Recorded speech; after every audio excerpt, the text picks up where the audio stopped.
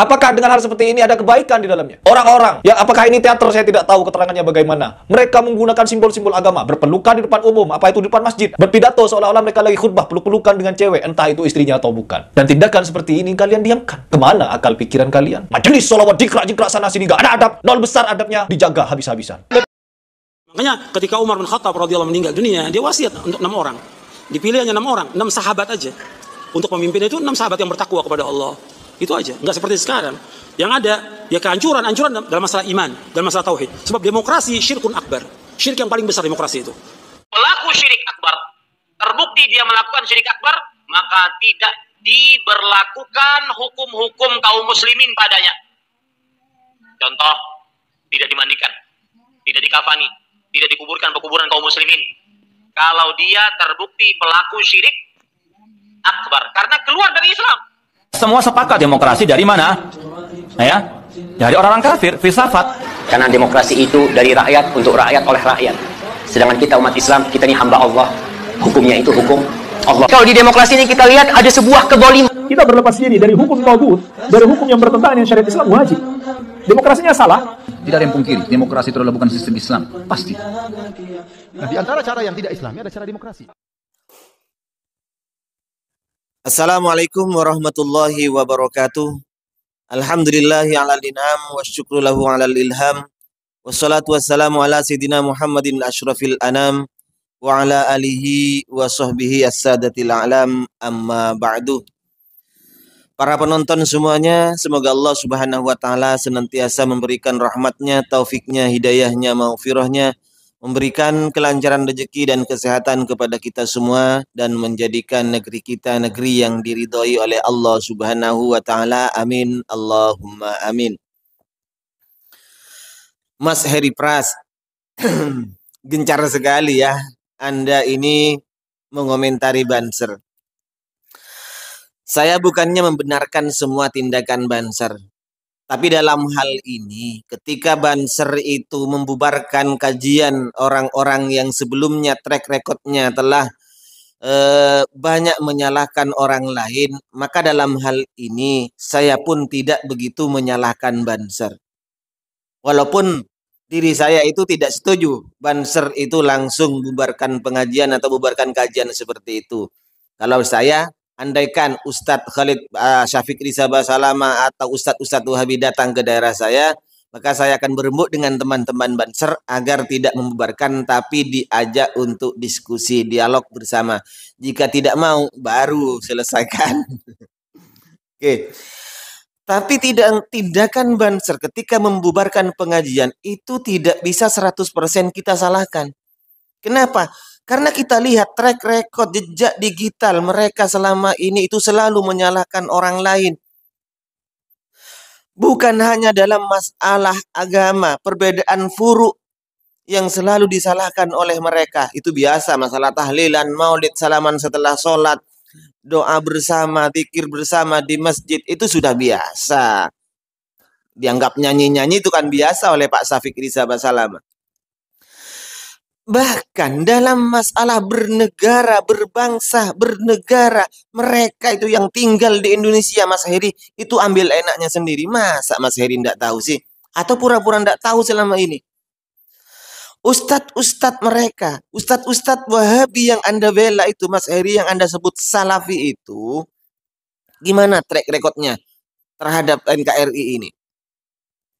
Tadi itu ya, satu contoh. Pak Yazid Jawas mengatakan sistem demokrasi ini adalah sistem yang syirik akbar. Allah. Mas Heri, Anda tahu kan apa konsekuensi dari syirik akbar? Syirik akbar itu keluar dari agama Islam. Maka ketika orang yang syirik akbar meninggal dunia, tidak boleh dilakukan takziah, tidak boleh dilakukan perawatan kematiannya itu secara Islami, tidak boleh, karena itu memang orang kafir sudah, karena sudah syirik akbar. Ya, ini pernyataan Zainuddin itu, Ahmad Zainuddin ini sama-sama Ustadz Wahabi. Jadi kalau ada orang yang meninggal dunia dalam keadaan syirik akbar, pelakunya adalah syirik akbar, maka tidak boleh ditahjiz dengan cara Islami, tidak boleh. Kenapa? Ya karena syirik akbar, bukan orang Islam sudah. Katanya Pak Zainuddin tidak boleh dimandikan, tidak boleh dikafani, syirik akbar, tidak boleh disolati. Nauzubillah. Pelaku demokrasi dianggap syirik akbar. Nah, ini jejak rekam mereka, jejak rekodnya selama ini, jejak digital mereka selama ini, Pak Mas Heri. Mereka tinggal di negara demokrasi, sementara menganggap demokrasi adalah sebuah kesyirikan. Berarti orang-orang di Indonesia ini, mayoritas semuanya ini adalah orang yang syirik akbar. Kalau sholat, kalau mati tidak usah disolati, tidak usah di... Nauzubillah. Nah inilah, jadi saya tidak menyalahkan Banser 100%. Kenapa? Ya memang seperti itu dari awal.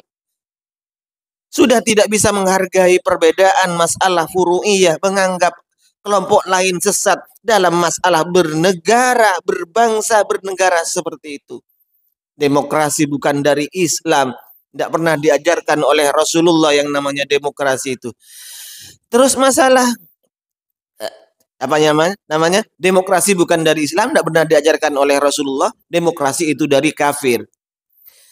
Ini kan masalah, bukan masalah agama. Ini masalah dunia. Demokrasi itu masalah dunia. Sekalipun dari orang kafir, kenapa sih? HP yang Anda pegang itu dari orang kafir.